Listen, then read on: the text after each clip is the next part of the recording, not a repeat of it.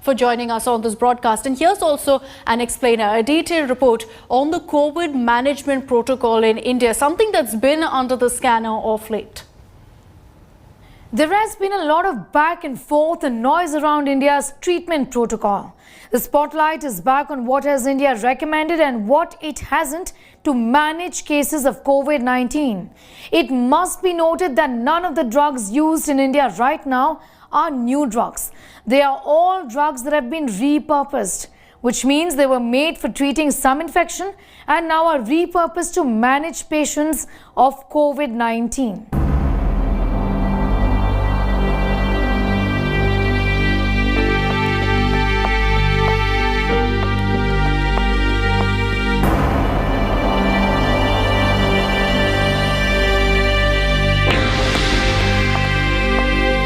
Let's try and explain to you what the clinical management protocol in India is right now.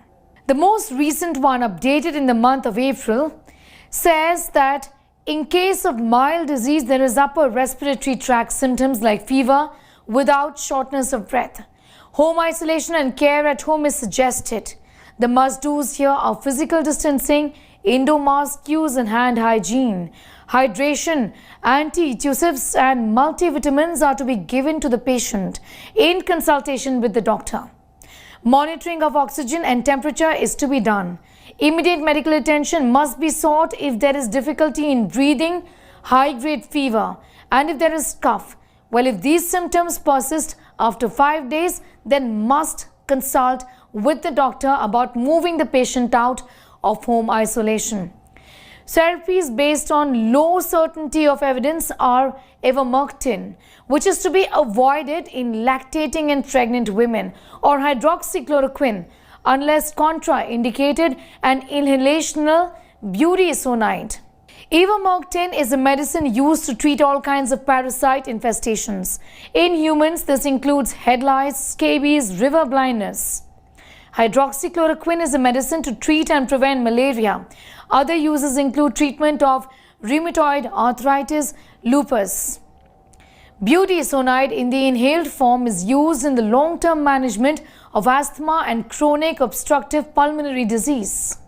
Recently, Soumya Swaminathan, chief scientist of the World Health Organization, had said safety and efficacy are important when using any drug for a new indication. The World Health Organization is recommending against the use of ivermectin for COVID-19 except within clinical trials.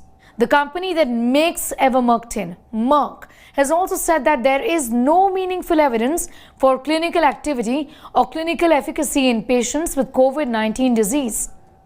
The company flagged a concerning lack of safety data in the majority of studies. But this continues to be a part of India's treatment protocol. Moving on to treatment for moderate disease. How is it defined really?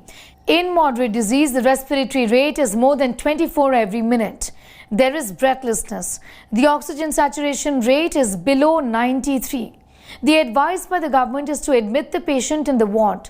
The target SpO2 should be between 92 to 96%. The preferred device for oxygenation is a non-rebreathing face mask. Awake proning in patient is advised. Anti-inflammatory or immunomodulatory therapy is advised. Injectable methylprednisolone is to be prescribed or an equivalent dose of dexamethasone. Anticoagulation, which is conventional dose of unfractionated heparin or low molecular weight heparin, is advised. Clinical monitoring of breathing or hemodynamic instability or change in oxygen requirement is to be done. Here, HRCT chest is to be done only if there is worsening of the situation. CRP and D-dimer is to be done on a 48 to 72 hourly basis. CBC, LFT, KFT are tests to be done, and also IL-6 if the levels worsen. So what are the medications then? Dexamethasone is used.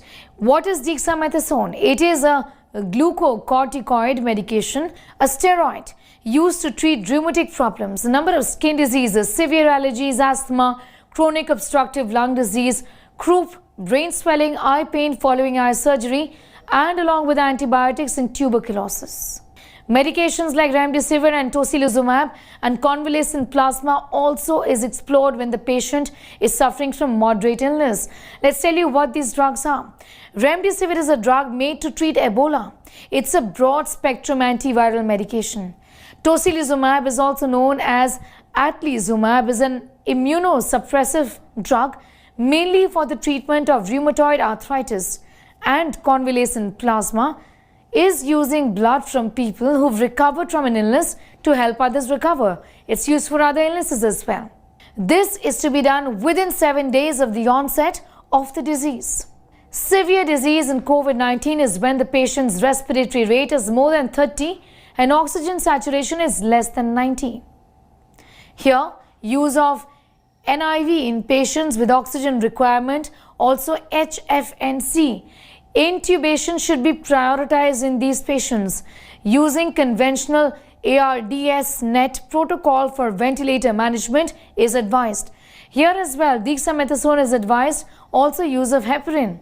Also, HRCT, CRP, D-dimer and other blood tests are prescribed. So while this is the treatment protocol to be followed by doctors, it is important for all of us to know what happens in the 3 stages of infections and how drugs are administered and which ones are administered at which stage.